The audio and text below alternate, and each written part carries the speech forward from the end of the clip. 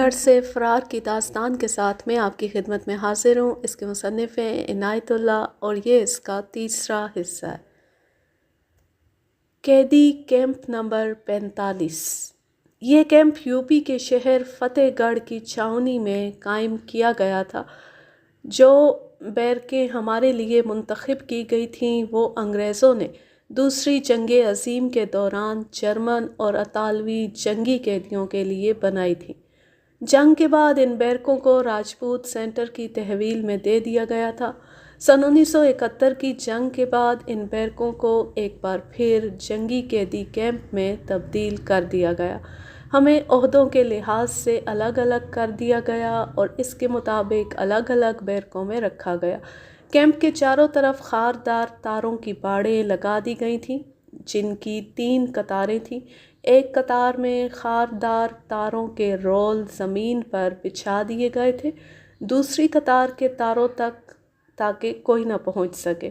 دوسری قطار تقریباً 10 فٹ اونچی اور تقریباً 2 فٹ اوپر والے حصے پر ترچھے تار لگا دیے گئے تھے تاکہ کوئی اوپر نہ چڑھ سکے، اور تاروں کی تیسری قطار کے درمیان 10 فٹ کی ایک گیلری بن گئی تھی جس میں ہندوستانی سپاہی گشتی پہرا دیتے تھے۔ ایک 100 گز کے فاصلے پر 30 فٹ اونچا لکڑی کا بنا ہوا ایک ٹاور تھا۔ ہر ٹاور پر دن رات خود کار ہتھیاروں سے مسلح ایک سنتری پہرے پر رہتا تھا۔ بیرکوں میں افسروں کے لیے چارپائیاں اور کچھ فرنیچر رکھا گیا تھا اور چھوٹا سا ایک میس بھی تھا جسے پنجاب 6 کے افراد چلا رہے تھے، اور ہوائج ضروریہ کے لیے زمین کھود کر بیت الخلاء بنایا گیا تھا۔ اسے ڈیپ ٹرینچ لیٹرین کہتے ہیں۔ نہانے کے لیے کھلے میدان میں بوریوں سے چند غسل خانے تیار کیے گئے تھے جو اوپر سے بالکل کھلے تھے۔ پانی گرم کرنے کا کوئی انتظام نہیں تھا، اس لیے کھلے آسمان تلے ٹھنڈے پانی سے ہی غسل کرنا پڑتا تھا۔ ہمارے لیے ٹھنڈا پانی اور سردی کوئی مسئلہ نہیں تھا، مسئلہ یہ تھا کہ نہانے اور کپڑے دھونے کے لیے صابن نہیں مل رہا تھا۔ 1-2 بار ہندوستانیوں سے اس تکلیف کا ذکر کیا مگر وعدے کے سوا کوئی جواب نہ ملا۔ افسروں میں سے کسی کے بھی پاس ریڈیو نہیں تھا۔ ہم سب سے ریڈیو، گھڑیاں، انگوٹھیاں اور دیگر قیمتی اشیاء چانگسری کیمپ آسام میں لے لی گئی تھی۔ خبریں سنوانے کے لیے کیمپ کے مختلف حصوں میں لاؤڈ سپیکر لگے ہوئے تھے جن سے صرف آل انڈیا ریڈیو اور BBC کی خبریں سنوائی جاتی تھیں۔ اس کیمپ میں آمد کے دوسرے دن گروپ کمانڈنٹ کرنل محمدار ہم سے ملنے کے لیے آیا اور دوپہر کا کھانا بھی ہمارے ہی ساتھ کھا کر گیا۔ یہ نہایت چالاک اور مکار ہندو تھا، جیسا کہ بعد کے واقعات اور مزید تجزیے سے منکشف ہوا۔ یہاں پر اگر میں میجر یحییٰ حمید کا ذکر نہ کروں تو ناانصافی ہوگی۔ میجر یحییٰ حمید پنجاب 6 رجمنٹ کے سیکنڈ ان کمانڈ تھے اور اس یونٹ کے ساتھ جنگی قیدی بن کر اس کیمپ میں آئے تھے۔ کیمپ میں قیام کے دوران جس طرح سے میجر یحییٰ نے افسروں کا اور خاص طور سے جونیئر افسروں کا خیال رکھا، الفاظ میں بیان کرنا اگر ناممکن نہیں تو بے حد مشکل ضرور ہے۔ میجر صاحب کو اکثر اپنے ہاتھوں سالن اور روٹیاں پکاتے دیکھا گیا۔ خود اس وقت تک کھانا نہ کھاتے جب تک یہ یقین نہ کر لیتے کہ تمام نوجوان افسروں نے کھانا کھا لیا۔ مختلف طریقوں سے افسروں کا دل بہلانے کی کوشش کرتے رہتے۔ میجر یحییٰ نے آ کر ہمارا غم بالکل بھلا تو نہیں دیا لیکن کم ضرور کر دیا تھا۔ اس سے ہم صحت مند طریقے سے سوچنے کے قابل ہو گئے تھے۔ 3-4 دنوں کے قیام کے بعد ایک بار پھر اپنا سامان سمیٹا اور عازمِ سفر ہوئے، مگر اس بار سفر لمبا نہیں بلکہ ایک قید خانے سے دوسرے قید خانے تک تھا۔ صبح تقریباً 9 بجے ہمارے لیے گاڑیاں آ گئیں۔ ہم ان میں سوار ہو کر روانہ ہوئے اور چند منٹوں میں اس قیدی کیمپ میں پہنچ گئے جہاں ہمیں مستقل طور پر رہنا تھا۔ کیمپ میں داخل ہونے سے پہلے ایک بار پھر تلاشی کے بے معنی مراحل سے گزرنا پڑا۔ مقصد تھا تو صرف یہ کہ ہمیں پریشان کیا جائے اور ہمیں یہ احساس دلایا جائے کہ ہم قیدی ہیں۔ افسروں کے لیے 2 لمبی بیرکیں تھیں۔ ایک بیرک کو 6 حصوں میں تقسیم کیا گیا تھا۔ ایک حصہ سینئر افسروں کے لیے تھا، دوسرے کو تفریحی کمرہ یعنی ریکریشن روم اور تیسرے حصے کو ڈائننگ ہال بنایا گیا۔ چوتھا حصہ ہمارے اردلیوں کے لیے تھا۔ پانچواں حصہ باورچی خانہ اور چھٹا اسٹور روم بنایا گیا۔ دوسری بیرک کو صرف 2 حصوں میں تقسیم کیا گیا۔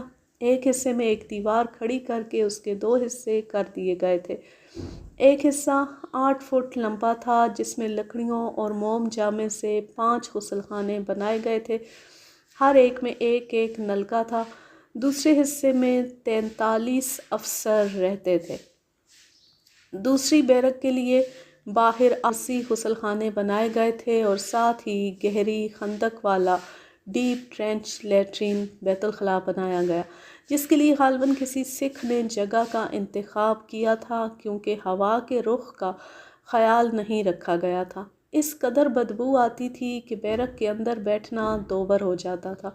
ہندوستانیوں سے شکایت کی، انہوں نے عہد و پیمان کے سوا کوئی کارروائی نہ کی۔ کچھ وقت گزرا تو ہمارے سونگنے کی حس ختم ہو گئی، پھر ہمیں کبھی ہندوستانیوں سے شکایت نہ ہوئی۔ اس قید خانے میں دوسری جگہوں کے مقابلے میں حفاظتی انتظامات بہت ہی سخت تھے۔ پہلے کیمپ کی طرح خاردار تاروں کی 3 قطاریں تھیں، لیکن ایک 100 گز کی بجائے 50-50 گز کے فاصلے پر واچ ٹاور بنے ہوئے تھے۔ ہر ایک پر سرچ لائٹ بھی تھی، بوقت ضرورت انہیں روشن کر کے رات کو چیونٹی کی حرکت کو بھی دیکھا جا سکتا تھا۔ ان کے علاوہ ہر 20 گز کے بعد ایک ٹیوب لائٹ تھی۔ رات کے وقت خاردار تاروں کے درمیان جو گیلریاں تھیں ان میں سنتریوں کے ساتھ بو گیر اور خونخوار کتے بھی گشت کرتے تھے۔ 4 مہینوں تک افسروں کو ان کی گھڑیاں اور ٹرانزسٹر نہ دیے گئے۔ لاؤڈ سپیکروں کے ذریعے ہندوستانی اپنے مطلب کی خبریں سناتے تھے اور کچھ وقت کے لیے موسیقی کا پروگرام بھی سنایا جاتا تھا۔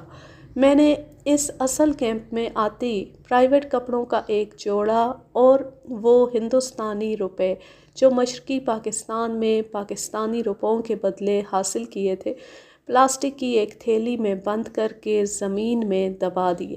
میں نے کرنسی نوٹ، ٹوتھ پیسٹ کی ٹیوب اور ایک ہیئر کریم کی بوتل میں چھپا رکھے تھے، اس لیے وہ ہر تلاشی پر محفوظ رہے۔ اب ان کے ساتھ پرائیویٹ کپڑوں کا ایک جوڑا بھی محفوظ کر لیا، جس سے یہ فائدہ ہوا کہ یہ کپڑے POW کی مہر لگنے سے بچ گئے۔ مجھے فرار کے لیے ان کپڑوں کی ضرورت تھی۔ فرار کے لیے سرنگ کی کھدائی اور فرار کی رودات سنانے سے پہلے ضروری معلوم ہوتا ہے کہ کیمپ کی انتظامیہ کے متعلق کچھ عرض کر دوں تاکہ بعد کے واقعات سمجھنے میں آپ کو آسانی ہو۔ انتظامیہ 2 طرح کی تھی، ایک گروہ حفاظتی انتظامات کا ذمہ دار تھا اور دوسرا کیمپ کے اندرونی انتظامات وغیرہ کا ذمہ دار۔ حفاظتی ذمہ داری والے لوگوں کے ساتھ ہمارا یعنی قیدیوں کا براہ راست کوئی تعلق نہیں تھا۔ یہ لوگ بدلتے رہتے تھے، مثلاً کبھی راجپوت رجمنٹ کی کمپنی آ جاتی، کبھی مہار رجمنٹ کی اور کبھی گورکھا رجمنٹ کی کمپنی آ جاتی۔ اندرونی انتظامات کے لوگ ایک حد تک مستقل تھے، ان کا انچارج ایک کرنل تھا۔ ہمارے کیمپ کا سٹاف یہ تھا: گروپ کمانڈنٹ کرنل موہمدار، camp commandant major GSB Singh, camp adjutant captain Jaswal, camp quarter master captain موزے، camp medical officer major Dharam Pal, camp havildar major havildar Pokar Singh, camp quarter master havildar Jai Pal. Colonel موہمدار بظاہر مخلص اور خلیق تھا، ہنستے رہنے کی کوشش کرتا تھا، لیکن کائیاں قسم کا متعصب ہندو تھا اور ہر طریقے سے ہمیں تنگ کرنے کی فکر میں رہتا تھا۔ کوارٹر ماسٹر اور 2 حوالدار قدرے بہتر اور معقول انسان تھے۔ کیمپ ایڈجوٹنٹ کیپٹن جسوال نہایت متعصب، مکار اور عیار تھا، ہمیں پریشان کرنے کو اپنی زندگی کا مشن سمجھتا تھا، مگر اسے کامیابی کم ہی نصیب ہوتی تھی کیونکہ ہم اس کی حرکتوں کو قبل از وقت بھانپ لیتے اور ایسا سدے باب کر لیتے کہ وہ اپنا سا منہ لے کر رہ جاتا۔ کیمپ میں ہمارا روزمرہ معمول یہ تھا کہ صبح 6 بجے گنتی کے لیے فال ان ہوتے۔ ڈیوٹی آفیسر گنتی کر کے تسلی کر لیتا کہ رات کو کوئی بھاگ تو نہیں گیا۔ اس کے بعد وہ بیرک، غسل خانوں اور بیت الخلاء کا معائنہ کر کے چلا جاتا اور ہم اپنے طور پر پی ٹی یعنی ورزش شروع کرتے تاکہ جسم صحت مند اور چست رہے۔ اس کے بعد ناشتہ اور ناشتے کے بعد ہم لوگ گپ شپ، مختلف مسائل اور موضوعات پر تبادلہ خیالات، تاش اور شطرنج وغیرہ میں مصروف ہو جاتے۔ کچھ عرصے بعد ہندوستانیوں نے ہمیں اخبار دینے شروع کر دیے اور کیمپ میں چھوٹی سی ایک لائبریری بھی بنا دی گئی۔ پینٹنگ کا سامان بھی مہیا کر دیا گیا۔ ان انتظامات سے فائدہ اٹھاتے ہوئے زیادہ تر وقت اخبار اور کتابیں پڑھنے میں صرف ہونے لگا اور جن افسروں کو پینٹنگ کا شوق تھا وہ اس سے دل بہلاتے۔ دلچسپ امر یہ ہے کہ اگر کوئی افسر کوئی تصویر مکمل کر لیتا تو وہ ہندوستانی اٹھا کر لے جاتے۔ دوپہر کھانے کے بعد کچھ دیر آرام کیا جاتا۔ شام کو ہم والی بال اور ٹیبل ٹینس کھیلتے تھے اور رات کو بستر میں لیٹ کر سونے کی ناکام کوشش کرتے۔ جسموں کو تو ہم صحت مند رکھ سکتے تھے لیکن روح جس اذیت میں مبتلا تھی اس کا کوئی علاج نہ تھا۔ جذباتی لحاظ سے ہم میں سے کوئی بھی صحت مند نہیں تھا۔ میرے پاس اس کا ایک ہی علاج تھا، فرار فرار فرار، ہندو کی قید سے فرار۔ یہ میرا عزم تھا، یہ میرا ایمان تھا۔ پھر ہندوستان نے ہمیں ایک ڈھولک اور ایک ہارمونیم دے دیا۔ یہ ایک مذاق تھا مگر میجر یحییٰ، جن کا میں پہلے بھی ذکر کر چکا ہوں، اس مذاق سے بھی فائدہ اٹھانے کے لیے تیار ہو گئے۔ ہمارے یہ میجر صاحب ہر فن مولا تھے، کھانا پکاتے، کپڑے سی لیتے، اون کا کام بھی کرتے تھے اور انکشاف ہوا کہ وہ ہارمونیم اور ڈھولک بجانا بھی جانتے۔ ان اوصاف کے علاوہ میجر یحییٰ اچھے خاصے شاعر اور 2 ناولوں کے مصنف بھی ہیں۔ افسوس ہے کہ ناولوں کے نام میرے ذہن میں محفوظ نہیں رہے۔ اسیری کے دوران ایک اور ناول لکھ رہے تھے، معلوم نہیں یہاں آ کر شائع کرا سکے ہیں یا نہیں۔ رات کو دوسری بیرک جس میں 43 افسر تھے، اس کے کچھ افسر ایک جگہ جمع ہو جاتے۔ میجر یحییٰ ہارمونیم پر کلاسیکی موسیقی سے حاضرین کو محظوظ کرتے، ڈھولک پر سنگت کیپٹن کرم خان کرتے تھے۔ اس فن میں کیپٹن کرم خان کو مہارت حاصل تھی۔ کیپٹن ظفر کو خدا نے سریلی اور پرسوز آواز سے نوازا تھا، وہ محفل میں خوب رنگ جماتے۔ موسیقی کی مدر تانوں میں ہم ماضی اور حال کو فراموش کر دیا کرتے تھے مگر یہ کیفیت عارضی ہوتی تھی۔ محفل بکھر جاتی اور ہم جب سونے کے لیے لیٹتے تو حقائق کی تلخیاں ذہن کو قبضے میں لے لیتی۔ جگر پاش واقعات جو گزر چکے تھے اور حادثات جو گزر رہا تھا نیند حرام کر دیتا۔ میں اپنی جذباتی کیفیت بیان کرنے میں کوئی عار محسوس نہیں کروں گا۔ میرے آنسو نکل آتے تھے، کئی راتیں روتے گزری ہیں۔ فوجی رویا نہیں کرتے، شکست کھا کر بھی سپاہی کے آنسو نہیں نکلا کرتے، مگر ہماری شکست کی نوعیت اور اس کے اسباب ایسے تھے کہ اشکوں پر ہمیں کوئی اختیار نہ رہا۔ اس شکست کے ذمہ دار ہم نہیں تھے، ہم تو لڑنے مرنے کا عزم کر چکے تھے۔ روزمرہ معمول میں شام کی گنتی بھی شامل تھی۔ شام کو بھی ہمیں گنتی کے لیے فال ان کیا جاتا اور ڈیوٹی آفیسر گنتی کرتا، بیرک، غسل خانوں اور بیت الخلاء کو اچھی طرح دیکھ کر چلا جاتا۔ یہ معائنہ ناگہانی اور اچانک بھی ہوتا تھا۔ بیرک میں ہر افسر کے لیے ایک چارپائی اور چھوٹی سی ایک الماری تھی۔ 3-4 افسروں میں صرف ایک کرسی تھی۔ بیرک خستہ حالت میں تھی، دروازوں اور کھڑکیوں کے کواڑ ٹوٹے ہوئے تھے، انہیں مرمت کرا دیا گیا تھا۔ پھر بھی کئی ایک کھڑکیوں کی چٹکنیاں غائب تھیں۔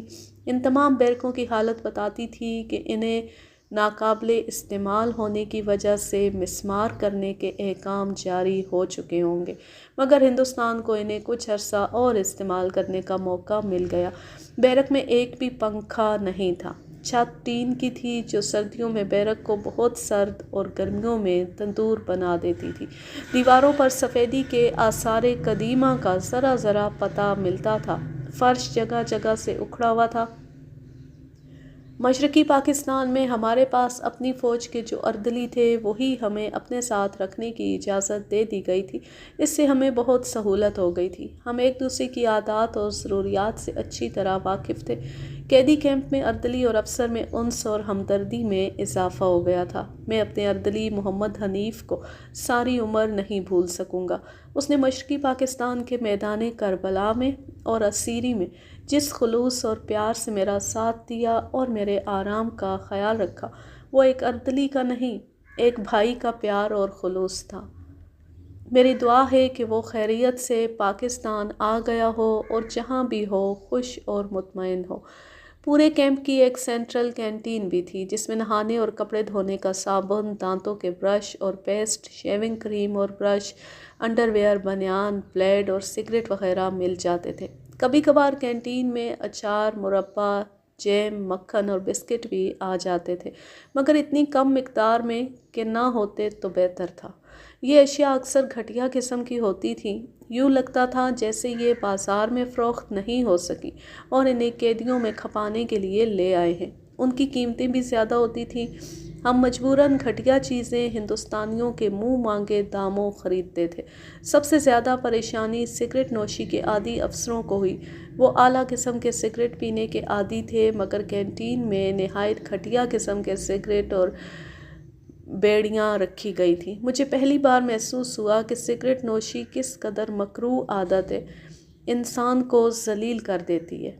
اپنی پسند کے سگریٹ نہ ملنے کی وجہ سے سگریٹ نوشوں کو ایسی اذیت سے دوچار ہونا پڑا جو صرف جسمانی نہیں ذہنی بھی تھی۔ ان لوگوں نے آخر بڑی گھٹیا سگریٹ اور بیڑیاں پینی شروع کر دی۔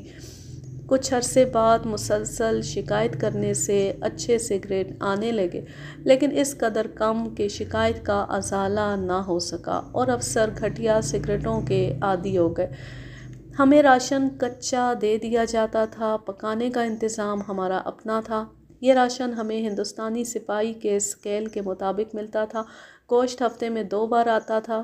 ہم نے اس شک کی بنا پر کہ یہ جھٹکا ہو سکتا ہے تقاضا کیا کہ ہمیں زندہ ملنا چاہیے۔ اس کے جواب میں ہندوستانی ایک مسلمان کو ساتھ لے آئے جس نے ہمیں بتایا کہ وہ اپنے ہاتھ سے بکرا ذبح کرتا ہے اور گوشت بنا کر سپلائی کرتا ہے۔ ہمیں تسلیم کرنا پڑا کہ یہ گوشت حلال ہے۔ گھی بہت کم ملتا تھا۔ ہندوستانی کہتے تھے کہ ان کے راشن سکیل میں گھی اتنا ہی ملتا ہے۔ ہمارے مطالبے پر کینٹین میں گھی آنے لگا جو ہم قیمتاً خریدتے اور اپنی ضرورت پوری کرتے تھے۔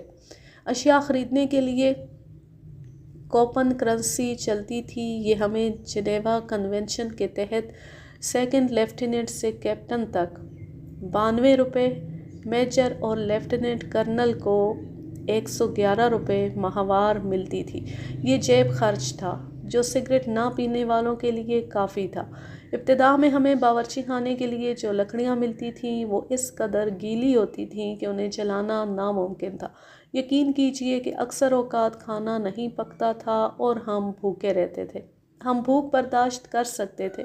مشرقی پاکستان کے میدان جنگ میں ہم نے اس سے کہیں زیادہ مشکلات کا سامنا خندہ پیشانی اور قومی جذبے سے کیا تھا، مگر قیدی کیمپ میں ہندو اپنی مسلم آزار ذہنیت کا مظاہرہ کرتے ہوئے ہمیں جن طریقوں سے پریشان کر رہے تھے وہ ناقابل برداشت تھے۔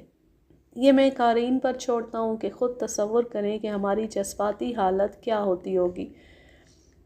راشن میں ہمیں دودھ بھی ملتا تھا جو سب کچھ ہو سکتا تھا، دودھ نہیں تھا، اکثر پھٹ جاتا تھا۔ اس سے اندازہ ہوتا تھا کہ یہ شاید دودھ ہی تھا۔ ہم دودھ کے بغیر چائے پینے کے عادی ہو گئے تھے۔ دن میں 3 بار چائے بنتی تھی۔ سالن کے لیے مرچ مسالہ اتنا کم ہوتا تھا کہ سالن کا کوئی ذائقہ نہیں ہوتا تھا۔ ہمارے باورچیوں کا کمال تھا کہ سالن میں اتنا سا ذائقہ پیدا کر لیتے تھے کہ ہم یہ نہیں کہہ سکتے تھے کہ یہ سالن نہیں ہے۔ میں اپنے باورچیوں اور اردلیوں کو دل کی گہرائیوں سے خراج تحسین پیش کرتا ہوں کہ ہمارے ساتھ وہ ہر آزمائش میں پورے اترے اور انہوں نے ہر کام جان فشانی سے کیا۔ جیسا کہ میں عرض کر چکا ہوں کہ ہمیں مختلف اخبار بھی دیے جاتے تھے۔ یہ اخبار ہمارے ذوق کی تسکین کی خاطر یا ہماری ضرورت پوری کرنے کے لیے نہیں دیے جاتے تھے، بلکہ یہ سرکاری قسم کے اخبار تھے جن میں حکومت کی مدح سرائی اور بھارت ماتا کی برتری کے چرچے ہوتے تھے۔ یہی پروپیگنڈا ہمارے ذہنوں میں ڈالنا مقصود تھا، تاہم کچھ خبریں پڑھنے کو مل جاتی تھیں۔ یہی حال اس چھوٹی سی لائبریری کا تھا جو ہمارے لیے کھولی گئی تھی۔ اس میں ہمارے مطلب اور ذوق کی ایک بھی کتاب نہیں تھی، البتہ ہم پڑھنے کی خاطر پڑھتے رہتے تھے۔ ان میں ایک کتاب کام کی تھی جس کا نام تھا دی پرزنرز آف مینز۔ یہ اتحادی افواج کے ان افسروں کے بارے میں تھی جو دوسری جنگ عظیم کے دوران جرمنوں کے جنگی قیدی بن گئے تھے۔ انہیں جرمنی کے شہر میں رکھا گیا تھا۔ اس کتاب نے ہمیں فرار میں تو کوئی مدد نہ دی، البتہ جنگی قیدی کی نفسیات سے ہم واقف ہو گئے۔ نفسیات سے تو ہم عملی طور پر واقف ہو ہی گئے تھے۔ اس کتاب نے ہمیں یہ بتایا کہ جنگی قیدی بن کر جو نفسیاتی خلفشار اور جذباتی گھٹن پیدا ہوتی ہے، اس پر کس طرح قابو پایا جا سکتا ہے۔ اس کے علاوہ کتاب نے یہ انکشاف بھی کیا کہ جرمنوں نے جنگی قیدیوں کے ساتھ بہت اچھا سلوک کیا تھا، انہیں ہر قسم کی سہولت مہیا کی تھی، یہاں تک کہ قیدیوں کے لیے ان کے لواحقین کی طرف سے جو پارسل آتے تھے ان پر کوئی پابندی نہیں تھی۔ پابندی نہ ہونے کا نتیجہ تھا کہ بعض قیدیوں کو تحفے کے طور پر بڑے سائز کے کیک ملے۔ ان کیکوں میں سے ریوالور نکلے اور تاریں کاٹنے کے اوزار بھی۔ جرمنوں نے بغیر چیک کیے یہ پارسل قیدیوں کو دے دیے۔ ان واقعات میں مبالغہ نہیں ہو سکتا، کیونکہ کتاب کا مصنف ایک برطانوی کپتان ہے جو اس کیمپ میں خود جنگی قیدی تھا۔ میں نے یہ کتاب پڑھی تو میں اکثر دعا کرنے لگا کہ ہمارے بھی کسی رشتہ دار یا دوست کو خیال آ جائے تو وہ ریوالور نہیں تو کم از کم تار کاٹنے کے اوزار ہی بھیج دے۔ ہمیں وہاں کیکوں کی نہیں، تاریں کاٹنے کے اوزاروں کی ضرورت تھی۔ یہ کتاب پڑھ کر ہمیں معلوم ہوا کہ نازی جرمنوں اور ہندوستانیوں کی ذہنیت میں زمین اور آسمان جتنا فرق ہے۔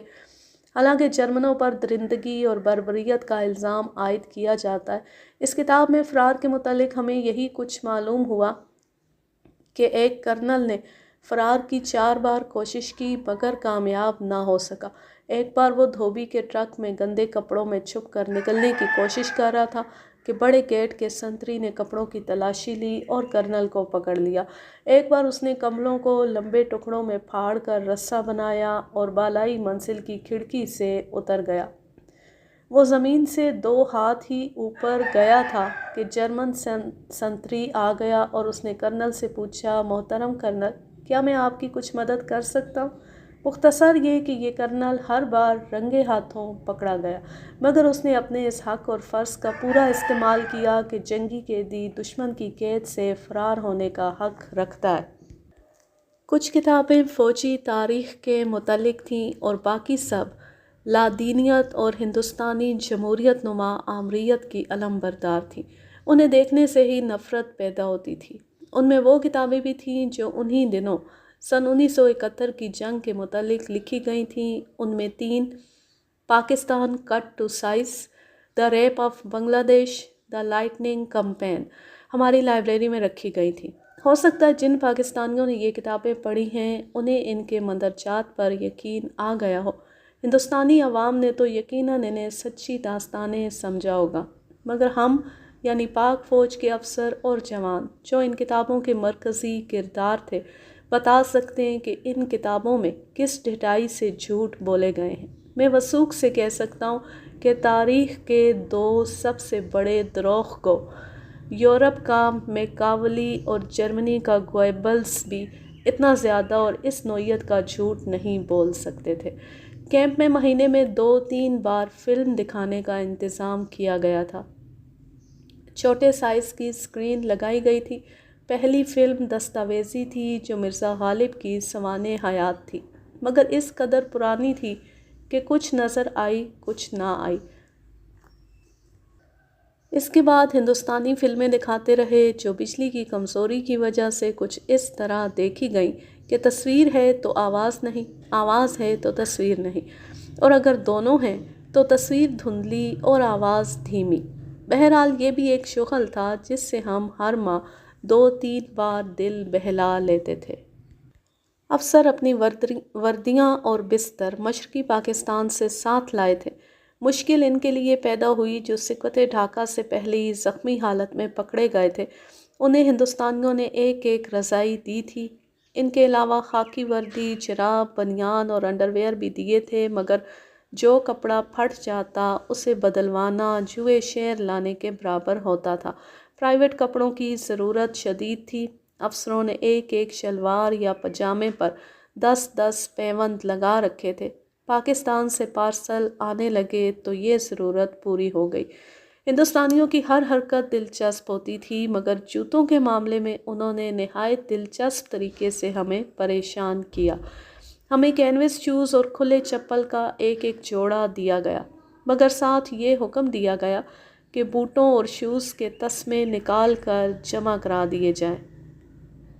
ہمیں تسموں سے محروم کرنے کی وجہ معلوم نہیں کیا تھی۔ شاید یہ ہوگی کہ ہم تسموں سے کسی ہندوستانی افسر کو باندھ کر یرغمال نہ بنا لیں، یا شاید یہ وجہ ہو کہ تسموں کے ذریعے فرار ہو جانے کا خطرہ تھا۔ بہرحال تسموں کے بغیر بوٹ اور شوز پہننا مشکل تھا، اس لیے ہم نے چپل پہننے شروع کر دیے۔ ہندوستانی شاید یہی چاہتے تھے کہ ہم کھلے چپل پہنیں تاکہ فرار میں ہم تیز نہ چل سکیں۔ کچھ عرصے بعد ہندوستانیوں کو خود ہی شرم آ گئی اور انہوں نے ہمیں تسمے واپس کر دیے۔ انسانی ضروریات ایسی ہیں جن میں سے کسی ایک کو بھی نظر انداز نہیں کیا جا سکتا، مگر طبی ضرورت کو سب پر اولیت اور اہمیت حاصل ہے۔ ہندوستان کے قیدی کیمپوں میں اس ضرورت کو بے دردی سے نظر انداز کیا گیا تھا۔ ہمارے پورے کیمپ میں صرف ایک میڈیکل انسپیکشن روم تھا۔ فوج میں اسے MI روم اور سول میں ڈسپینسری کہتے ہیں۔ اس کا انچارج ایک ہندوستانی میڈیکل آفیسر تھا، اس کے ساتھ بلکہ اس کے ماتحت پاک فوج کے 2 ڈاکٹر قیدی تھے۔ ان کی مدد کے لیے ہمارے ہی ڈریسنگ اور نرسنگ سپاہی تھے۔ ہمارے ڈاکٹر اور نرسنگ سپاہی صبح سویرے بھاری گارد کے ساتھ MI روم جاتے اور 7 بجے سے شام 4 بجے تک کام کرتے تھے۔ کوئی قیدی بیمار ہوتا اور چلنے کے قابل ہوتا تو اسے بھاری گارڈ کے ساتھ MI روم لے جایا جاتا اور دوائی وغیرہ لے کر اسے لایا جاتا۔ اگر کوئی بیمار چلنے پھرنے کے قابل نہ ہوتا اسے ڈاکٹر خود ہی دیکھنے آ جاتا۔ یہ بتانے کی ضرورت نہیں کہ یہ ڈاکٹر پاکستانی ہوتا تھا۔ ہندوستانی ڈاکٹر کسی پاکستانی بیمار کو دیکھنے نہیں آیا کرتا تھا۔ ہمارے اپنے ڈاکٹروں نے جس جانفشانی اور خلوص سے اپنے لوگوں کی دیکھ بھال کی وہ قابل فخر مثال ہے، جسے کوئی بھی سابقہ جنگی قیدی فراموش نہیں کر سکے گا۔ مگر ان کی سب سے بڑی دشواری یہ تھی کہ انہیں کام کی کوئی دوائی نہیں ملتی تھی۔ MI روم میں نہایت معمولی سی دوائیاں، عام سی قسم کا مکسچر اور APC کی گولیاں رکھی گئی تھیں۔ کسی کا مرض کیسا ہی شدید اور کیسی قیمتی دوائی کا متقاضی کیوں نہ تھا، اسے انہی عام سی دوائیوں پر ترخواہ دیا جاتا تھا۔ قیدیوں کے پاس پیسے ہوتے تھے، مگر ان سے وہ دوائی نہیں خرید سکتے تھے کیونکہ باہر سے دوائی منگوانے کا کوئی انتظام نہیں تھا۔ یوں معلوم ہوتا تھا جیسے کیمپ کے افسروں، خصوصاً میڈیکل افسروں کو اوپر سے حکم ملا تھا کہ پاکستانیوں کو جسمانی اور ذہنی لحاظ سے اتنا نقصان پہنچایا جائے کہ پاکستان میں جا کر بھی یہ صحت یاب نہ ہو سکیں۔ ہندوؤں کے رویے کو واضح کرنے کے لیے ایک ہی مثال کافی ہوگی۔ میجر اکرم جنگ میں شدید زخمی ہو گئے تھے اور سکوت ڈھاکہ سے پہلے ہی دشمن کے ہتھے چڑھ گئے تھے۔ وہ چلنے پھرنے کے قابل نہیں تھے، انہیں ہسپتال میں رہنا چاہیے تھا، مگر انہیں کیمپ میں رکھا گیا۔ ہر روز انہیں فوجی گاڑی میں MI روم لے جایا جاتا اور ان کے ساتھ 7 مسلح جوانوں کی گارڈ ہوتی تھی۔ یہ لگتا تو عجیب ہے کہ ایسے معذور زخمی کے ساتھ آدھی درجن سے زیادہ مسلح گارڈ ہو، لیکن غور فرمائیں تو واضح ہوگا کہ ہندوؤں پر پاکستانی فوج کی جو دہشت طاری ہے وہ ان کے ذہن لاشعور میں اتری ہوئی ہے۔ ہم پر فتح پا لینے کے باوجود وہ ہمارے زخمیوں سے بھی ڈرتے تھے۔ ہمیں ملیریا اور ہیضے کے انجیکشن لگتے تھے، ہمارا وزن بھی ریکارڈ کیا جاتا تھا اور ہمارے خون سے گروپ معلوم کر کے ہمارے شناختی کارڈوں پر درج کر دیے گئے تھے۔ کیمپ میں 1.5 ماہ تک نہ کسی کو باہر سے خط ملا، نہ ہمیں خط لکھنے کے لیے کارڈ یا لفافے دیے گئے۔ کیمپ میں پہلا خط ہمارے ایک ساتھی افسر کے نام کینیڈا سے آیا۔ ہم نے اسے مبارکباد دی۔ اس دلی اطمینان اور روحانی مسرت کا اندازہ ایک جنگی قیدی کر سکتا ہے جو قیدی کیمپ میں خط ملنے سے حاصل ہوتی ہے۔ 2 ماہ بعد پاکستان سے خطوط آنے لگے اور ہمیں 6 کارڈ اور 4 لفافے ماہوار اپنے عزیزوں کو لکھنے کے لیے ملنے لگے۔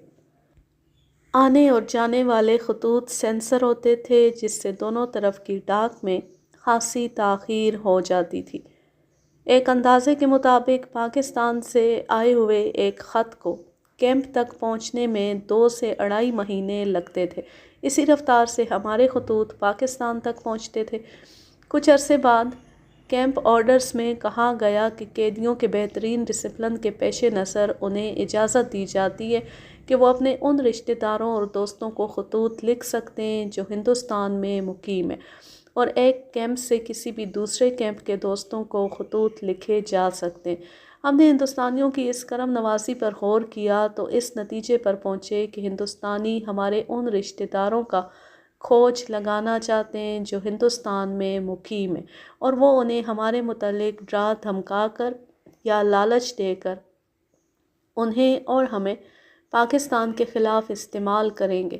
یہ سوچ کر کم از کم ہمارے کیمپ کے کسی بھی افسر نے ہندوستان میں اپنے کسی عزیز کو خط نہ لکھا۔ ابتدا میں جنگی قیدیوں کو کوئی تحفہ نہیں بھیجا جا سکتا تھا، کوئی کتاب یا رسالہ تک بھیجنے کی اجازت نہیں تھی۔ بعض تنظیموں اور اداروں نے کتابیں اور رسالے بھیجنے کی اجازت مانگی تھی جو ہندوستانیوں نے نہیں دی۔ کچھ عرصے بعد محدود تعداد میں تحفوں کے پارسل وصول کرنے کی اجازت دے دی گئی تھی۔ ہمارے دھوبی، حجام اور بھنگی وہی تھے جو مشرقی پاکستان میں ہمارے ساتھ تھے۔ دھوبی اندر ہی ہمارے کپڑے دھوتا تھا، مگر اسے صابن اور استری کے لیے کوئلہ بہت ہی کم مقدار میں دیا جاتا تھا۔ کرنل موہمدار سے کئی بار کہا گیا کہ وہ ہماری یہ ضرورت پوری کرے، لیکن میرے فرار تک یہ مسئلہ حل نہیں ہوا تھا، نہ ہی حل ہونے کی توقع تھی۔ ہمارا حجام ایک دلچسپ شخصیت تھا۔ اس کا نام غنچہ گل تھا۔ مشرقی پاکستان میں وہ پنجاب 6 رجمنٹ کے ساتھ تھا اور اسی رجمنٹ کے ساتھ جنگی قید میں آ گیا تھا۔ دوسری جنگ عظیم کے دوران وہ جاپانیوں کا جنگی قیدی رہا تھا۔ وہ جب بھی کسی افسر کے بال کاٹتا تو جاپان میں کاٹی ہوئی جنگی قید کے بڑے دلچسپ قصے سنایا کرتا تھا۔ اس کی عمر 55 سال ہو گئی تھی، مگر اس نے بڑھاپے کو قبول نہیں کیا تھا۔ ہر لمحہ مستعد رہتا۔ اس کے چہرے پر ہم نے کبھی تھکن یا اکتاہٹ کے تاثرات نہیں دیکھے۔ میں کیمپ کی انتظامیہ کا ڈھانچہ پچھلے صفحات میں بیان کر آیا ہوں۔ کیمپ کا سب سے بڑا افسر کرنل موہمدار تھا۔ وہ فتح گڑھ کا اسٹیشن کمانڈر بھی تھا۔ جس طرح کیمپ کی انتظامیہ کی مختلف ذمہ داریاں مختلف افسروں کے سپرد تھیں، اسی طرح ہمارے سینئر افسروں نے بھی ذمہ داریاں قیدی افسروں کو سونپ رکھی تھی۔ یہ اقدام ڈسپلن اور یکجہتی قائم رکھنے کے لیے کیا گیا تھا۔ مثلاً ہم میں ایڈجوٹنٹ بھی، میس سیکریٹری بھی اور لائبریری انچارج بھی مقرر کیے گئے تھے۔ ہندوستانی ہمیں جو احکام دینا چاہتے وہ کیمپ آرڈرز میں تحریری طور پر آ جاتے تھے۔ اگر احکام زبانی آئیں تو ہمارے سینئر آفیسر کی معرفت ہمیں ملتے تھے، اور کوئی بہت ضروری اور فوری طور پر حکم دینا ہو تو کیمپ کمانڈنٹ یا ایڈجوٹنٹ بیرک میں آ کر تمام افسروں کو اکٹھا کرتا اور حکم سناتا، اور ہم جو بات کیمپ کے افسروں تک پہنچانا چاہتے وہ اپنے سینئر افسر کے توسط سے پہنچاتے تھے۔ ہمارے سینئر افسر کرنل عبدالحفیظ تھے، جو ٹھنڈے دل سے سوچنے والے انسان تھے، اور ان کی شخصیت میں توازن تھا۔ ان میں تدبر اتنا تھا کہ بات سنتے، غور کرتے اور کسی کی دل آزاری کیے بغیر مسئلہ حل کر دیتے۔ یہ انہی کی شخصیت کا اثر تھا کہ کیمپ میں کوئی ناخوشگوار واقعہ پیش نہ آیا، اور انہوں نے کوئی ایسی صورت بھی پیدا نہ ہونے دی جس سے ہندوستانی ہم پر ناروا زیادتی کرتے۔ میں حفاظتی انتظامات بیان کر چکا ہوں۔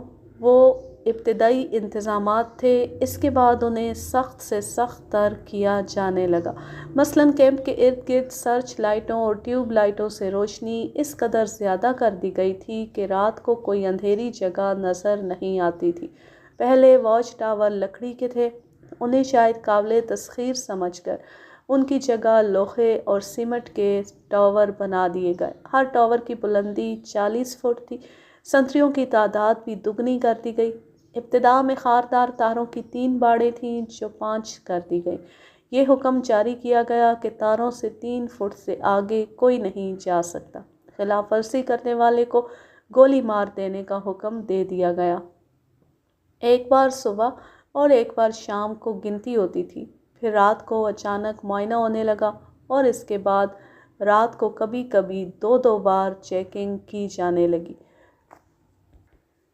پہرے میں کئی گنا اضافہ کر دیا گیا۔ خاردار تاروں کی 5 متوازی باڑوں کے اندر گھومنے پھرنے والے سنتریوں کی تعداد بڑھا دی گئی۔ کچھ سنتری تاروں کے باہر گشت کرنے کے لیے مقرر کر دیے گئے، اور کیمپ کے ارد گرد تاروں کے اندر بھی گشتی پہرے کا انتظام کیا گیا۔ یہ پہرے صرف رات کے لیے تھے۔ روشنی کا متبادل انتظام ایک جنریٹر کے ذریعے کر دیا گیا تھا۔ اگر بجلی بند ہو جاتی تو فوراً جنریٹر چلا دیا جاتا اور کیمپ روشن ہو جاتا۔ اس کے علاوہ ڈرانے دھمکانے کا انتظام بھی کیا گیا۔ وہ اس طرح کہ ایک روز ہندوستانی افسر اپنے ساتھ مختلف قسم کے کتے کیمپ میں لائے اور تمام پاکستانی افسروں کو اکٹھا کر لیا۔ ایک افسر ہر ایک کتے کے اوصاف اور کمالات سنانے لگا۔ اس نے کہا کہ ان کتوں کی موجودگی میں آپ لوگ فرار نہیں ہو سکتے۔ اس نے ایک اور کتے کی طرف اشارہ کر کے بتایا کہ اس کتے کی موجودگی میں سرنگ نہیں کھودی جا سکتی، کیونکہ یہ فوراً سرنگ کا پتہ لگا لیتا ہے۔ یہ ہندوستانی افسر اپنے کتے کے کمالات اس وقت سنا رہا تھا جب ہماری سرنگ 40 گز دور پہنچ چکی تھی، اور یہ سرنگ اس جگہ سے جہاں ہندوستانی افسر اور اس کا کتا کھڑے تھے 15-16 گز دور تھی۔ دراصل ہندوستانی افسر یہ احمقانہ باتیں اس لیے سنا رہے تھے کہ متعدد قیدی کیمپوں میں فرار کی کوششیں ہو چکی تھیں۔ پکڑے جانے کے باوجود پاکستانی فرار کی کوششوں میں مصروف تھے۔ بہرحال ہم میں سے کوئی بھی ہندوستانی کتوں سے مرعوب نہیں ہوا۔ اس سے پہلے ہندوستانی افسر آتے تھے، اب کتے آ گئے تو کیا فرق پڑتا ہے؟ کیمپ کے ہندوستانی افسروں کا رویہ اور سلوک خاصا توہین آمیز ہوتا تھا۔ ان میں کیمپ کے ایڈجوٹنٹ کیپٹن جسوال کا سلوک تو سب سے زیادہ ہتک آمیز تھا۔ وہ پاکستانی افسروں کو پریشان کرنے کے بہانے ڈھونڈتا رہتا تھا، لیکن اس کی حرکتوں اور باتوں سے صاف پتہ چلتا تھا کہ وہ ڈرپوک ہے، اور پاکستانی افسروں کو اکٹھا کر کے انگریزی میں لمبا چوڑا لیکچر دیا کرتا تھا۔ اس کے لیکچر اس لحاظ سے دلچسپ ہوتے تھے کہ اس کی انگریزی خاصی کمزور اور ناقص تھی۔ اس کا تکیہ کلام تھا as a matter of fact. ہم نے اس کا نام ہی captain as a matter of fact رکھ دیا تھا۔ ایک روز اس نے ہمیں حسب معمول انگریزی میں لیکچر دیتے ہوئے کہا، بعض کیمپوں میں قیدیوں نے فرار کے لیے سرنگیں کھودی تھیں، مگر ان کی کوششیں ناکام بنا دی گئیں، کیونکہ ہمارے حفاظتی انتظامات اتنے سخت ہیں کہ فرار ناممکن ہے۔ اس کیمپ میں ہم نے ایسی کوئی جگہ نہیں چھوڑی جہاں آپ لوگ سرنگ کھود سکیں۔ اگر آپ میں سے کسی کو یہ توقع ہو کہ وہ سرنگ کھود سکے گا تو وہ احمقوں کی جنت میں رہتا ہے۔ آپ کی ہر ایک حرکت پر ہم شب و روز ہر لمحہ نظر رکھتے ہیں۔ وہ یہ لیکچر ہماری کھودی ہوئی اس سرنگ کے قریب ہی کھڑا دے رہا تھا جو 40 گز تک پہنچ گئی تھی۔ میں نے دل ہی دل میں خدائے بزرگ و برتر کا شکر ادا کیا جس نے ہمارے جذبے کو قبول فرما کر ہمارے راز پر پردہ ڈال رکھا تھا۔ پکڑے جانے کی صورت میں ہم جانتے تھے کہ ہمارا کیا حشر ہوگا۔ ایک روز کیپٹن جسوال ہمارے لیے مونگ پھلی اور مٹھائی لایا۔ یہ ہمارے لیے حیران کن تھا۔ معلوم ہوا کہ جب ملک تقسیم ہوا، یعنی جب پاکستان مارز وجود میں آیا، تو کیپٹن جسوال کی ماں کوئٹہ رہ گئی تھی۔ اسے اور کیپٹن جسوال کو ایک مسلمان بحفاظت سرحد تک لایا اور ہندوستان پہنچا دیا۔ اس کی ماں کو وہ وقت اور ایک مسلمان کی نیکی یاد تھی۔ اس صلے میں اس نے ہمارے لیے مٹھائی اور مونگ پھلی بھیجی اور دعائیں بھی دی تھیں۔ دلچسپ امر یہ ہے کہ کیپٹن جسوال نے ہمیں اپنی زبان سے بتایا کہ اسے ماں نے تلقین کی ہے کہ وہ پاکستان کے قیدی افسروں کے ساتھ اچھا سلوک کرے، مگر جسوال اصل ہندو تھا اور ہندو ذہنیت کا چلتا پھرتا نمونہ۔ اس سے آپ تصور فرمائیں کہ ہندو کے دل میں مسلمانوں کے خلاف کس قدر عداوت بھری ہوئی ہے۔ کیمپ کمانڈنٹ میجر SPS گل نام کا ایک سکھ افسر تھا، کم گو بلکہ خاموش طبع۔ ابتدا میں ہم اس کی شخصیت سے کچھ متاثر بھی ہوئے کیونکہ وہ سنجیدہ اور متین لگتا تھا، مگر یہ راز فاش ہو گیا کہ اس کی خاموش طبع کے پیچھے یہ کمزوری ہے کہ وہ انگریزی نہیں بول سکتا تھا اور ویسے بھی سلیقے سے بات کرنے سے عاری تھا، اس لیے وہ خاموشی میں ہی بھلائی سمجھتا تھا۔ ہم پر یہ بھی عیاں ہو گیا کہ متعصب سکھ ہے، یہ تعصب اس کے احکامات سے ظاہر ہوتا تھا۔ کیمپ کا کوارٹر ماسٹر کیپٹن موزے عیسائی تھا، اس نے کبھی کوئی ایسی حرکت نہیں کی جس سے ظاہر ہوتا کہ وہ متعصب ہے، بلکہ وہ اکثر خطرات مول لے کر ہماری ضروریات پوری کر دیا کرتا تھا۔ میڈیکل آفیسر دھرم پال تھا، وہ تھا تو ڈاکٹر لیکن پہلے ہندو تھا، اس کے بعد کچھ گنجائش رہ جائے تو وہ ڈاکٹر تھا۔ ایسی گنجائش اس نے کبھی بھی پیدا نہیں کی۔ وہ ڈاکٹری جیسے معزز پیشے کے لیے بدنما داغ تھا۔ اس کی کوشش یہی ہوتی تھی کہ بیمار قیدیوں کو نہ توجہ دی جائے نہ دوائی۔ ہمارے اپنے ڈاکٹروں کی بدولت مریضوں کو کچھ سہارا بھی مل جاتا تھا۔ گروپ کمانڈنٹ کرنل محمدار کے متعلق تو پہلے ہی بہت کچھ بتا چکا ہوں، یہاں اتنا اور بتا دوں کہ وہ ہمارے پاس آتا رہتا تھا۔ ہم اسے جب بھی کوئی اپنا مسئلہ یا ضرورت بتاتے تو وہ یہی ایک جواب دیتا، "اٹ از نو پرابلم"، یہ کوئی مسئلہ نہیں، مگر اس نے ہمارا کوئی بھی مسئلہ کبھی حل نہیں کیا تھا۔ اس کی بجائے وہ بڑے اچھے انداز سے ہمیں اس قسم کی باتیں سنایا کرتا تھا کہ ہندوستان میں ہندو، مسلمان، عیسائی اور پارسی اس حد تک ایک دوسرے کے بھائی بھائی ہیں کہ آپس میں رشتے ناطے بھی کرتے ہیں، یعنی ہندو اور مسلمان ایک دوسرے کو اپنی لڑکیوں کے رشتے دے دیتے ہیں۔ اس بے بنیاد پروپیگنڈے کے علاوہ وہ اس قسم کی باتیں کرتا تھا کہ ہندوستان کے وسائل لامحدود ہیں اور صنعتی ترقی تو ہندوستان نے اتنی زیادہ کی ہے کہ پاکستان جیسے چھوٹے سے ملک کے لیے ہندوستان کا مقابلہ کرنا ناممکن ہو گیا۔ اس قسم کی باتوں سے وہ ہمارے ذہنوں کو اپنے ملک کی برتری اور ان پر رعب مسلط کرنے کی کوشش کرتا تھا، مگر پاکستانی افسروں کا رد عمل صرف اتنا سا ہوتا تھا کہ بعض مسکرا دیتے، باقی خاموش رہتے۔ اگلے باب کا عنوان ہے فرار کا فیصلہ اور عمل۔ اللہ کا نام لے کر جنوری سن 1972 میں سرنگ کی کھدائی شروع کر دی گئی۔ کھدائی کے لیے باورچی خانے کی صرف ایک چھری استعمال کی گئی۔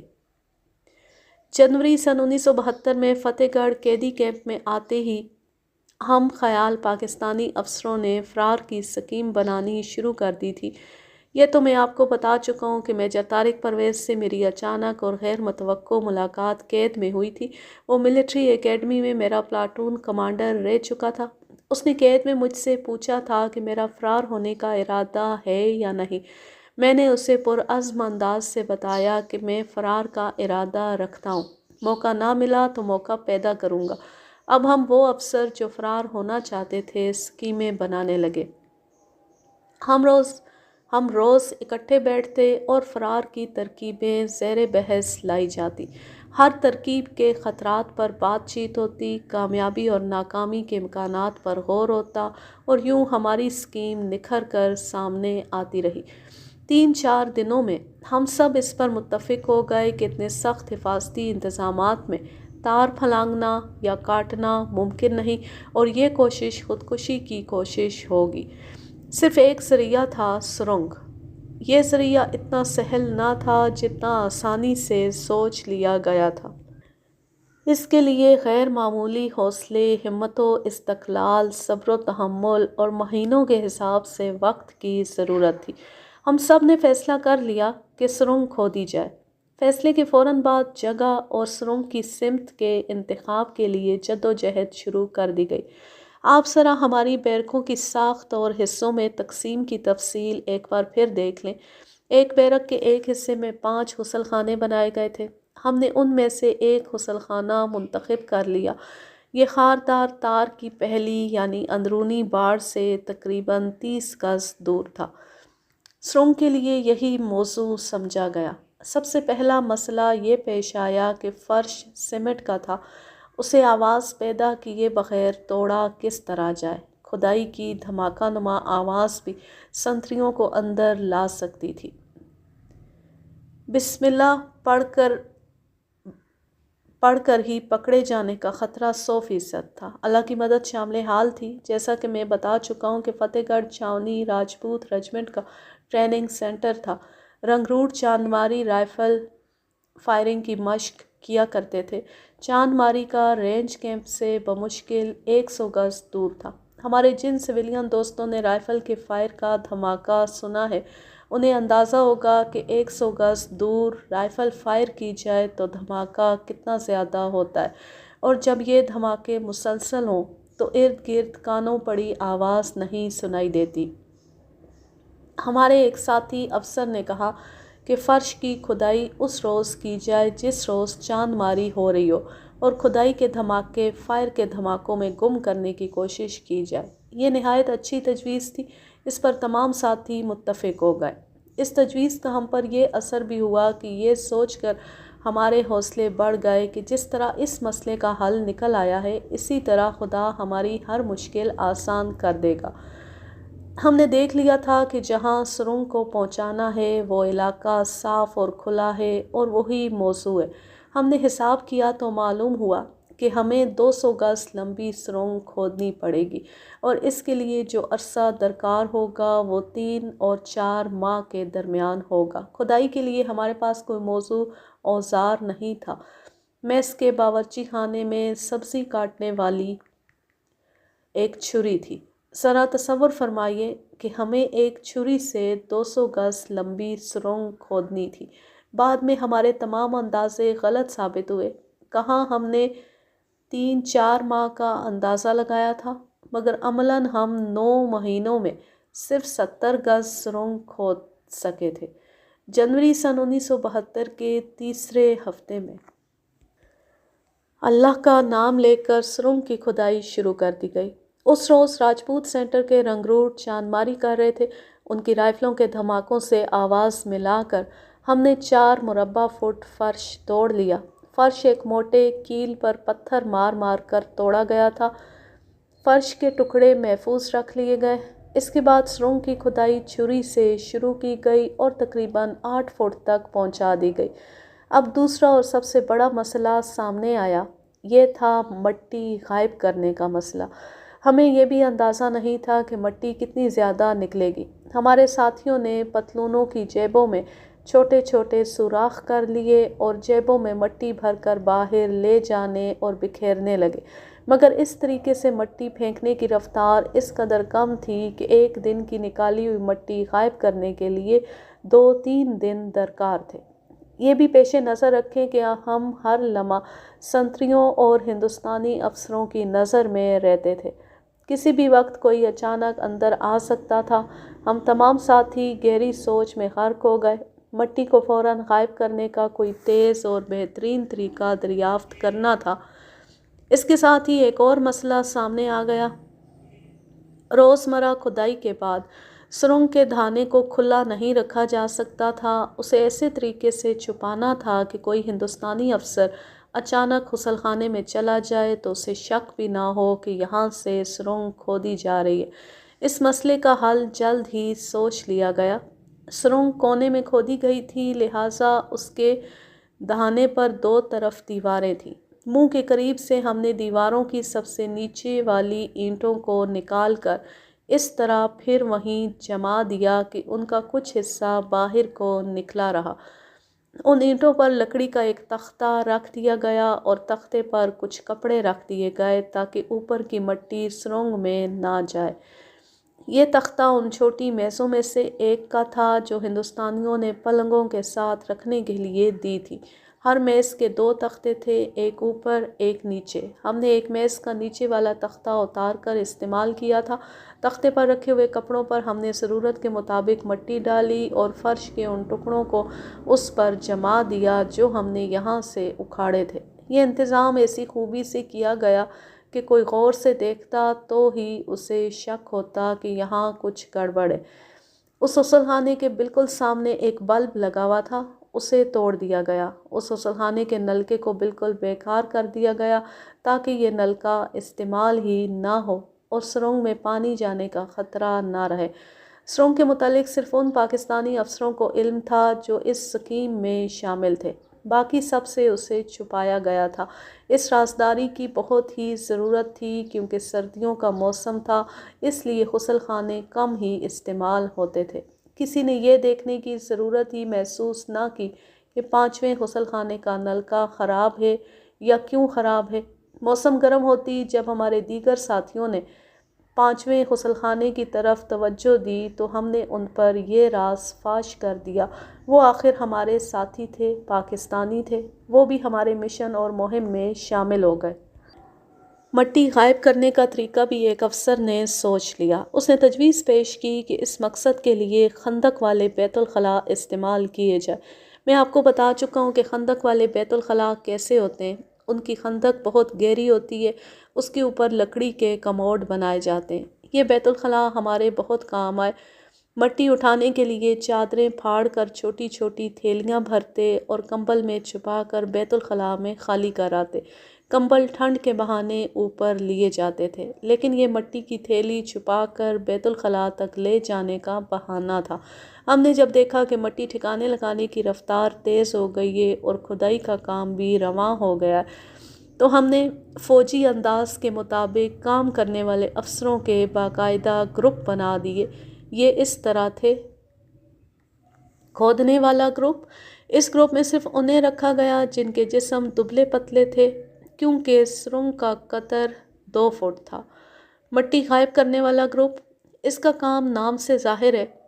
سیکیورٹی گروپ، جب سرنگ کی کھدائی ہو رہی ہوتی تو اس گروپ کے افسر باہر گھومتے پھرتے رہتے تھے۔ ان کا کام یہ تھا کہ خطرے کی صورت میں خاص کر اندر والوں کو خبردار کر دیں اور خطرے کو دور رکھنے کی کوشش کریں۔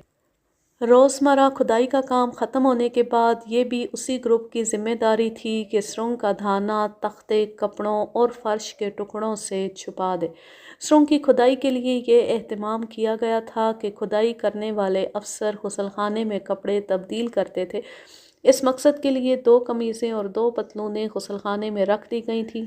یہ کھدائی کے لیے پہنی جاتی تھیں۔ خاکی کپڑے سے ایک ٹوپی بنائی گئی تھی جو تمام تر سر کو اور کانوں کو بھی ڈھانپ لیتی تھی۔ اس سے سر اور کان مٹی سے صاف رہتے تھے، ورنہ انسان اندر سے بھوت بن کر نکلتا۔ یہ تو بتا چکا ہوں کہ کھدائی کا واحد اوزار سبزی کاٹنے والی چھری تھی۔ ابھی چند دن ہی گزرے تھے، سرنگ کچھ آگے چلی گئی تھی۔ ایک شام ہم حسب معمول گنتی کے لیے باہر کھڑے ہوئے۔ اس سے پہلے بتا آیا ہوں کہ گنتی دن میں 2 دفعہ یعنی صبح اور شام ہوا کرتی تھی۔ ایک ہندوستانی افسر آ کر ہمیں گن لیتا اور کبھی ہر ایک افسر کا نام پکار کر اسے الگ کر لیتا۔ اس شام ایک سکھ کیپٹن گنتی کے لیے آیا تو اس کے ساتھ ایک حوالدار تھا۔ یہ سکھ کیپٹن پہلی بار کیمپ میں دیکھا گیا تھا۔ وہ ہمارے سامنے آ کر کھڑا ہو گیا۔ وہ بالکل خاموش تھا۔ اس کے انداز سے پتہ چلتا تھا جیسے کسی کے انتظار میں ہو۔ ہم پریشان ہو گئے۔ یہی خدشہ تھا کہ ہماری سرنگ کا سراغ مل گیا ہے اور یہ سکھ اپنے سینئر افسروں کے انتظار میں ہے۔ چند ایک صبر آزما لمحوں کے بعد اس نے ہمارے سینئر افسر کرنل حفیظ سے کہا کہ وہ افسروں کے متعلق اسے رپورٹ دیں۔ یہ فوجی طریقہ ہے کہ جونیئر افسر اپنی پارٹی کو اٹینشن کر کے اس کے متعلق سینئر افسر کو رپورٹ دیا کرتا ہے۔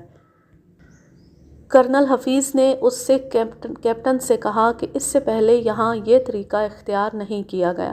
دوسرے یہ کہ وہ کرنل ہیں، وہ ایک کیپٹن کو رپورٹ نہیں دیں گے۔ سکھ کیپٹن نے کہا، میں آپ کو حکم دیتا ہوں کہ مجھے رپورٹ دیں۔ میں تمہارا حکم ماننے سے انکار کرتا ہوں۔ سکھ غصے میں آ گیا۔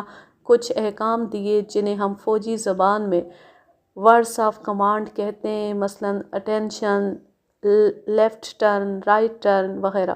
ہم میں سے کسی نے اس پر عمل نہ کیا۔ سکھ نے اپنے حوالدار سے کہا کہ وہ ہمیں ورڈز آف کمانڈ دے۔ وہ بھی 2-4 بار چلایا مگر ہمارا رد عمل وہی تھا کہ خاموشی سے کھڑے۔ سکھ کیپٹن نے اپنی خفت کو غصے میں چھپانے کی کوشش کی اور چلا گیا۔ ہم اس کی سکھا شاہی پر ہنس پڑے۔ وطن سے دور دیار خیر میں اور عیار دشمن کی اسیری میں پہلی عید آئی، یہ عید الاضحیٰ تھی۔ ہمیں عید کی خوشی کیا ہوتی؟ حضرت ابراہیم علیہ السلام کی بے مثال قربانی یاد آئی، ہمارے حوصلوں اور ملی جذبے میں نئی قوت، نئی تازگی پیدا ہو گئی۔ ہم نے بھی مشرقی پاکستان کی سرزمین کو کفار کی یلغار سے بچانے کے لیے بے دریغ قربانی دی تھی۔ شہیدوں کے خون کی لالی اس سرزمین کے ذرے ذرے میں رچ بس گئی ہے، اسے مٹایا نہیں جا سکتا۔ ہمارے ہاں کے نام نہاد دانشور، ادیب اور صحافی جنگ دسمبر سن 1971 کی ناکامی کا سہارا لے کر لہو کے تقدس کو ختم کرنے کے لیے بے بنیاد باتیں لکھ رہے ہیں۔ قوم کی آنکھوں میں دھول جھونکنے کی مذموم کوشش کی جا رہی ہے۔ ہم سب پر امید تھے کہ ہزار پردے ڈالے جائیں، قوم پر یہ راز فاش ہو کر رہے گا کہ اس شکست کا ذمہ دار کون تھا اور شہیدوں کا لہو رنگ کیوں نہیں لایا۔ میں اور میرے ساتھی قید میں بھی اور قید سے آزاد ہو کر بھی یہی سوچتے رہے تھے کہ کہیں ایسا نہ ہو کہ قوم کو مفاد پرست عناصر تاریکی میں رکھنے میں کامیاب ہو جائیں اور قوم اپنے غازیوں اور شہیدوں کو اس عارضی شکست کا ذمہ دار ٹھہرا کر انہیں توہین آمیز طریقے سے فراموش کر دے۔ میں خدا کا شکر بجا لاتا ہوں کہ مدیر حکایت جناب عنایت اللہ نے غازیوں اور شہیدوں کی قربانیوں اور روایات کو زندہ رکھنے اور انہیں آنے والی نسلوں تک پہنچانے کا کٹھن اور صبر آزما کام اپنے ذمے لے لیا ہے، اور وہ افواج پاکستان کی صحیح کارکردگی کو واضح طور پر پیش کر رہے ہیں۔ اسیری میں پہلی عید ہم سب کے لیے جذبات کا طوفان لے کے آئی۔ یہ مسرتوں اور خوشیوں کی عید نہیں تھی، کوئی گہما گہمی نہیں تھی، کوئی کسی سے گلے ملنے کو بیتاب نہ تھا۔ ہر کوئی بوجھل بوجھل قدموں سے ادھر ادھر پھرتا نظر آتا تھا، ہر کسی کا چہرہ بتاتا تھا کہ وہ جذبات کے سیلاب کو سینے میں ہی روکے رکھنے کی سرتوڑ کوشش کر رہا ہے۔ ہمیں عید کی نماز اپنی بیرک میں ہی پڑھنی تھی، ہمیں اپنے جوانوں سے ملنے اور ان کے ساتھ عید پڑھنے کی اجازت نہیں دی گئی۔ ہندو نے اپنی فطری کمینگی کا پوری طرح مظاہرہ کیا تھا۔ ہندو افسروں کو شاید ڈر تھا کہ سارے کیمپ کے قیدی اکٹھے ہو گئے تو بھاگ جائیں گے۔ ہندو نہتے پاکستانیوں سے بھی خائف تھے، ان کی یہی نفسیاتی کیفیت تھی جس کے زیر اثر وہ پاکستانیوں کو ہر طرح سے پریشان کرنے کی کوشش کر رہے تھے۔ اس لحاظ سے بھی ہماری عید بے مزہ رہی کہ اس مقدس دن بھی ہم اپنے جوانوں سے نہ مل سکے۔ ہم افسروں نے اپنی بیرک کے ایک حصے میں جسے تفریح گاہ بنایا گیا تھا نماز عید پڑھی۔ امامت میجر یحییٰ حمید نے کی۔ انہوں نے مختصر سا خطبہ دیا اور نماز کے بعد دعا کے لیے ہاتھ اٹھائے۔ انہوں نے پاکستان اور عالم اسلام کی سلامتی کے لیے ہاتھ اٹھا کر دعا مانگی، اور جب انہوں نے کہا، اے خدائے ذوالجلال، ہمارے ان ساتھیوں کے طفیل جنہیں تیری ذات باری نے شہادت کے عظیم رتبے سے سرفراز فرمایا ہے، ہماری خطائیں معاف کر دے، تو ہم سب نے اپنے جذبات کے آگے جو بند باندھے تھے وہ ٹوٹ گئے۔ سب کی آنکھوں سے آنسو جاری ہو گئے۔ ہم نے اللہ کے حضور اشکوں کے نذرانے پیش کیے۔ نماز سے فارغ ہوئے تو گروپ کمانڈنٹ کرنل محمدار کالی شیروانی اور سفید پاجامے میں ملبوس آ گیا۔ اس نے ہمیں عید مبارک کہی۔ پھر دوسرے ہندوستانی افسر بھی آ گئے۔ ہمارے خاص کھانے کا اہتمام کیا گیا تھا۔ کھانا اچھا تھا، چاول پکائے گئے تھے، شامی کباب بھی تھے، مرغی بھی تھی، مگر کھانا آدھے سے زیادہ بچ گیا، جس کی وجہ یہ نہیں تھی کہ کھانا زیادہ پکا تھا، بلکہ یہ کہ کوئی بھی کھانے کے موڈ میں نہیں تھا۔ بھوک کا نام و نشان نہ تھا۔ سب نے زبردستی لقمے حلق میں ٹھونسے اور اسیری کی عید گزر گئی۔ کچھ دنوں بعد ہمارے 3 ساتھی ہم سے جدا ہو گئے۔ پہلے میجر قیوم اور کیپٹن کرم خان کو کسی دوسرے کیمپ میں بھیج دیا گیا۔ ہمیں معلوم نہ ہو سکا کہ انہیں کہاں بھیجا گیا۔ بہت کھوج لگایا لیکن پھر بھی معلوم نہ ہو سکا۔ بعد میں پتہ چلا کہ بہت سے افسروں کو جنگی جرائم کے مجرم قرار دے کر انہیں کسی کیمپ میں جمع کر لیا گیا تھا اور ان کے خلاف کوئی قانونی کارروائی کرنے کے بجائے انہیں ذہنی اور جسمانی اذیتیں دی گئی تھیں۔ یہ اذیتیں اس قدر غیر انسانی تھیں کہ یہ افسر ایک عرصے تک صحت یاب نہ ہو سکے۔ ہم سے جدا ہونے والے تیسرے افسر میجر اکرم تھے۔ آپ پڑھ چکے ہیں کہ وہ مشرقی پاکستان میں زخمی ہو گئے تھے اور اسی حالت میں جنگی قید میں آئے تھے۔ کیمپ میں انہیں ہر روز MI روم لے جایا جاتا تھا، لیکن کام کی کوئی دوائی نہ ہونے کی وجہ سے ان کے زخم ٹھیک نہیں ہو رہے تھے۔ ہندوستانیوں کو جانے کیسے رحم آ گیا۔ میجر اکرم کو CMH آگرہ بھیجنے کا فیصلہ کیا گیا۔ ان کا کیس دراصل ہسپتال کا ہی کیس تھا۔ انہیں زخمی ہونے کے تیسرے ماہ ہسپتال بھیجا جا رہا تھا، مگر ہندوستانیوں کے رحم میں بھی بے رحمی تھی۔ انہیں بسیا ہیلی کاپٹر یا ریل گاڑی بھیجنے کے بجائے فوجی ٹرک میں بھیجا گیا جس میں سیٹ نہیں ہوتی۔ ذرا تصور فرمائیے کہ ایسی شدید زخمی حالت میں انہیں 150 میل طویل سفر پر ٹرک میں بھیجا گیا۔ ہم سب نے احتجاج کیا مگر بے سود۔ ہندو میجر اکرم کو اذیت میں ڈال کر لطف اندوز ہو رہے تھے۔ میجر اکرم روانہ ہوئے تو ہم سب کی آنکھوں میں آنسو تھے۔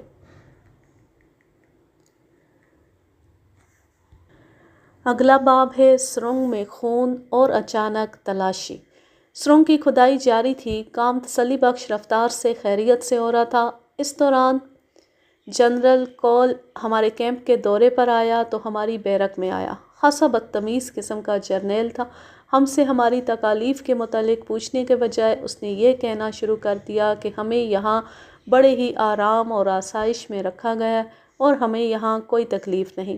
اس کے برعکس اس نے کہا کہ پاکستان میں ہندوستانی قیدیوں پر بہت ظلم ہو رہا ہے۔ ایک جرنیل کو جھوٹ نہیں بولنا چاہیے، مگر بھارت کے جرنیلوں کا کردار یہی کچھ ہے۔ پھر کیمپ میں تفتیش اور پوچھ گچھ انٹیروگیشن کا سلسلہ شروع ہو گیا۔ اس کا مقصد معلومات حاصل کرنا نہیں بلکہ پاکستان میں استعمال کرنے کے لیے ایجنٹ اور جاسوس تیار کرنا تھا۔ طریقہ یہ اختیار کیا گیا کہ ہر روز 2-3 افسروں کو بلایا جاتا، اکیلے سے رسمی پوچھ گچھ کی جاتی اور بھانپا جاتا کہ ہم میں سے کون کون ان کے جال میں پھنس سکتا ہے۔ انٹیروگیشن کرنے والوں نے صاف الفاظ میں لالچ اور دھمکی دے کر کہنا شروع کر دیا کہ ہندوستان کے ایجنٹ بن جاؤ۔ لالچ یہ دیا جاتا کہ ہم تمہیں فوری طور پر پاکستان بھیج دیں گے، تم وہاں جا کر ہندوستان کے لیے کام کرو۔ دھمکی یہ دی جاتی کہ تم ہماری پیشکش قبول نہیں کرو گے تو تمہیں جنگی جرائم کا مجرم قرار دے دیا جائے گا۔ اس لالچ اور دھمکی کے علاوہ ہندوستانیوں نے ہم میں صوبائی تعصب پیدا کرنے کی کوشش کی۔ یہ اللہ کی کرم نوازی ہے کہ تمام افسر ثابت قدم رہے، نہ کسی نے لالچ قبول کیا، نہ کوئی دھمکی سے خائف ہوا۔ ہمیں معلوم ہوا کہ جوانوں کے کیمپ میں بھی ہندوستانی افسر یہی ہتھ کنڈے استعمال کر رہے ہیں۔ میں وثوق سے کچھ نہیں کہہ سکتا کہ وہاں کیا اثر ہوا ہوگا، البتہ یہ وثوق سے کہہ سکتا ہوں کہ ہمارے جوانوں کا قومی جذبہ خاصا مستحکم تھا۔ ہمیں معلوم ہوا کہ بعض کیمپوں میں ہندوستانیوں نے تفتیش کے لیے حسین لڑکیاں استعمال کی تھیں۔ جنسی جبلت انسان کی بہت بڑی کمزوری ہے۔ ہندوستانی اسی انسانی کمزوری سے اپنا مقصد حاصل کرنے کی کوشش کر رہے تھے۔ ہندوستانیوں نے کیمپوں کے علاوہ بھی لڑکیوں کو استعمال کیا تھا۔ انٹیروگیشن کے دوران بھی ہم سرنگ کی کھدائی میں مصروف رہے اور آگے بڑھتے گئے، مگر ایک ایسی دشواری کا سامنا ہو گیا جس نے ہمارا خون نکال دیا۔ یہ علاقہ جہاں ہمارا کیمپ تھا کسی زمانے میں گنگا کی گزرگاہ رہا ہوگا۔ دریا وہاں چھوٹی چھوٹی کنکریاں چھوڑ گیا۔ یہ کنکریاں ہماری سرنگ کے راستے میں آ گئیں۔ ہم سرنگ میں پیٹ اور کونیوں کے بل رینگ کر جاتے اور نکلتے تھے، لیٹ کر ہی کھدائی کرتے تھے۔ جگہ ہی اتنی تھی۔ کنکریوں نے ہماری کوہنیوں اور گھٹنوں کو چھیلنا شروع کر دیا اور خون رسنے لگا۔ یہ زخم ٹھیک ہونے کے بجائے ہر روز کھل جاتے اور ان میں سے خون رستا رہتا۔ ہم ان پر کپڑے لپیٹ کر آستینیں نیچے رکھتے تاکہ ہندوستانی افسروں کو نظر نہ آ سکیں۔ یہ زخم درد کرتے تھے۔ ہم رازداری کی خاطر ان کی باقاعدہ مرہم پٹی بھی نہیں کر سکتے تھے۔ جذبہ ہی کچھ ایسا تھا کہ ہم نے درد کی یہ مسلسل ٹیسیں برداشت کی۔ میں سوچا کرتا تھا کہ ہم نے خون دے کر آزادی حاصل کی اور پاکستان بنایا تھا۔ خون کے نذرانے دیے بغیر آزادی مل ہی نہیں سکتی۔ مجھے اللہ کی درگاہ میں بھروسہ تھا کہ سرنگ ہمارا جو خون پی رہی ہے وہ رائیگاں نہیں جائے گا۔ ہم کسی گھر میں نقب نہیں لگا رہے تھے، ہم کفار کی قید سے آزاد ہو کر اسے یہ بتانا چاہتے تھے کہ اللہ کے سپاہی کو محبوس رکھنا اور مجبور رکھنا آسان نہیں۔ پھر ایک روز قیامت ہی آ گئی۔ ہندوستانی افسر اپنے عملے کے ساتھ اچانک آ دھمکے اور بیرک کی تلاشی شروع کر دی۔ وہ دیکھ رہے تھے کہ ہم نے کہیں کوئی انگوٹھی، گھڑی، ہندوستانی کرنسی یا کوئی اور قیمتی چیز تو چھپا کے نہیں رکھی ہوئی۔ انہیں فرش اور باہر زمین پر کہیں بھی ذرا سا شک ہوتا وہاں کھودتے۔ انہوں نے غسل خانے بھی دیکھے۔ ہمارا دل اچھل کر حلق میں آ گیا۔ ہم سزا سے نہیں ڈرتے تھے، ڈر ناکامی کا تھا۔ انہوں نے تقریباً 4 گھنٹے تلاشی میں صرف کیے۔ یہ 4 گھنٹے 4 مہینوں کے برابر تھے۔ وہ ایک خاص طریقے سے یہ بھی دیکھ رہے تھے کہ کہیں سرنگ تو نہیں کھودی جا رہی۔ یہ ایک معجزہ تھا اور اللہ کا بہت بڑا احسان کہ تلاشی لینے والے ہار گئے۔ ان کے چہرے لٹک گئے اور وہ مایوس ہو کر چلے گئے۔ سرنگ کا منہ ایسی خوبی سے ڈھکا ہوا تھا کہ ان بدبختوں کو وہاں شک تک نہ ہوا۔ ہمارے شناختی کارڈ تیار کیے گئے، ان پر ہمارے فوٹو چسپاں کیے گئے، ان پر ہمارے عہدے، نام، جنگی قیدی نمبر اور کیمپ نمبر لکھے گئے۔ ہمارے فوٹو لیے گئے تو ہم فکر مند ہو گئے۔ اس کا مطلب یہ تھا کہ انہوں نے ہر افسر کا فوٹو محفوظ کر لیا۔ فرار کی صورت میں یہ فوٹو اخباروں میں چھپوا کر گرفتاری آسان بنائی جا سکتی تھی۔ ہم نے اس خطرے سے بچنے کے لیے یہ اہتمام کیا کہ جن کی مونچھیں نہیں تھیں یا چھوٹی تھیں انہوں نے بڑھانی شروع کر دیں اور بعض نے داڑھیاں بڑھا لیں۔ اس طرح ہم نے حلیے اپنی تصویروں سے ذرا مختلف کر لیے۔ کیمپ میں جن بھی آ گئے۔ یہ جن ہمارے ایک ساتھی میجر عالم کے اردلی کے اندر وارد ہوئے تھے۔ ایک روز یہ خبر پھیل گئی کہ بہت جلدی رہائی ملنے والی ہے۔ معلوم ہوا کہ میجر میر عالم کے اردلی میں جن آتے ہیں اور خوشخبری جنوں نے سنائی ہے کہ قیدیوں کو 1 ماہ کے اندر رہا کر دیا جائے گا۔ یہ خبر افسروں کی بیرک میں آئی تو ہم میں سے بعض ہنس دیے، لیکن کچھ افسروں نے سچ مان لیا۔ بے بسی کے عالم میں انسان توہم پرست بھی ہو جاتا ہے اور اپنے آپ کو حسین فریب دینے لگتا ہے۔ 1 ماہ کے اندر آزادی کی خوشخبری نے سب کو مایوس کر دیا، کیونکہ پتہ چلا کہ یہ اردلی نفسیاتی مریض ہے۔ اسے کوئی دورہ پڑتا ہے جس میں ہذیانی اور اوٹ پٹانگ باتیں کرنے لگتا ہے۔ چونکہ اس کے ذہن لاشعور میں قید اور رہائی بھی تھی، اس نے یہ خوشخبری سنا دی کہ 1 ماہ کے اندر رہائی ملنے والی ہے۔ پہلے ہم بیرک کے برآمدے میں نماز پڑھا کرتے تھے، پھر بیرک سے باہر ایک جگہ کو ہم نے باقاعدہ مسجد بنا لیا اور باقاعدہ اذان ہونے لگی۔ نماز کے وقت تمام تر کیمپ سے اذان کی مقدس صدائیں بلند ہوتی تھیں۔ فجر اور عشاء کی نماز کے بعد ذکر الہی اور درود و سلام کی گونج دور دور تک سنائی دیتی اور کفرستان کی فضا کو مرتعش کر دیتی تھی۔ سن 1972 کے مارچ کا مہینہ گزر رہا تھا تو میں ان ساتھیوں کے چہروں پر مایوسی کے نمایاں آثار دیکھنے لگا جو جلد رہائی کی خوش فہمی میں مبتلا تھے۔ انہوں نے ابتدا میں حقائق کو قبول نہیں کیا تھا۔ وہ غالباً اپنے دشمن کی ذہنیت کو پوری طرح نہیں سمجھ سکے تھے۔ ہندو نے مسلمانوں پر پہلی فتح حاصل کی تھی اور ہندو کو اچھی طرح احساس تھا کہ اس کی یہ فتح محض اتفاق ہے۔ وہ اب بے بس جنگی قیدیوں سے محمد بن قاسم اور محمود غزنوی کا انتقام لے رہا تھا۔ سوچا بھی نہیں جا سکتا تھا کہ وہ ہمیں اتنی جلدی رہا کر دے گا، مگر ہمارے کچھ دوست خوش فہمی میں مبتلا ہو گئے تھے۔ حالات کچھ اور بتا رہے تھے۔ اس سے ان دوستوں کو مایوسی ہوئی، پھر انہوں نے حقائق کو قبول کرنا شروع کر دیا۔ بے چینی، بے قراری اور یاسیت کا یہی علاج تھا کہ حقائق سے منہ موڑنے کی کوشش نہ کی جائے۔ مارچ کے آخری ہفتے میں پاکستان سے خطوط آنے لگے۔ خط تو آپ بھی لکھتے ہیں اور آپ کو خط ملتے بھی ہیں، لیکن آپ خط کی اس اہمیت اور قدر و قیمت کو نہیں جانتے ہوں گے جو ہم نے اسیری میں دیکھی ہے۔ خط کو آدھی ملاقات کہنا محاورہ ہے، مگر قیدی کیمپ میں اپنے وطن سے آیا ہوا اپنے کسی عزیز کا خط ہمیں بتاتا تھا کہ آدھی ملاقات محاورہ نہیں، حقیقت ہے۔ جذبات سے لبریز حقیقت۔ خط کی طرح پاکستان کی بھی اہمیت اور قدر و قیمت ہمیں دیار خیر کی قید میں معلوم ہوئی۔